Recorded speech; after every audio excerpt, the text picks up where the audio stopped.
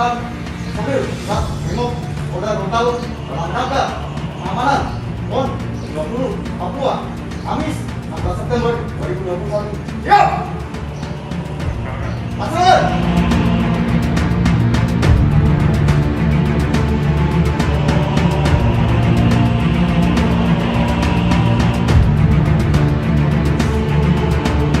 Tingkatkan ya ketakwaan kepada Tuhan Yang Maha Kuasa, hormati kearifan lokal di mana kalian bertugas ya.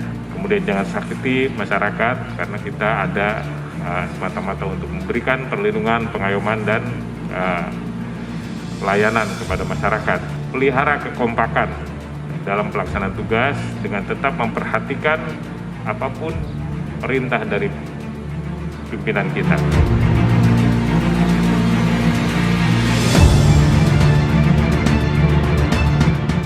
Jadi kita melaksanakan upacara ataupun apel pelepasan personil Brimob Polda Gorontalo dalam rangka pengamanan PON ke-20 ya, di Papua tahun 2021.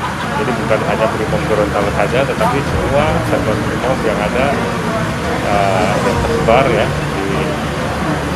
di bawah naungan Brimob itu dilibatkan dalam pengamanan. Kita sudah latih mereka ya bagaimana cara-cara pengamanan yang sesuai dengan objek pengamanan yang ditentukan dalam rangka pengamanan PON ke-20 ini.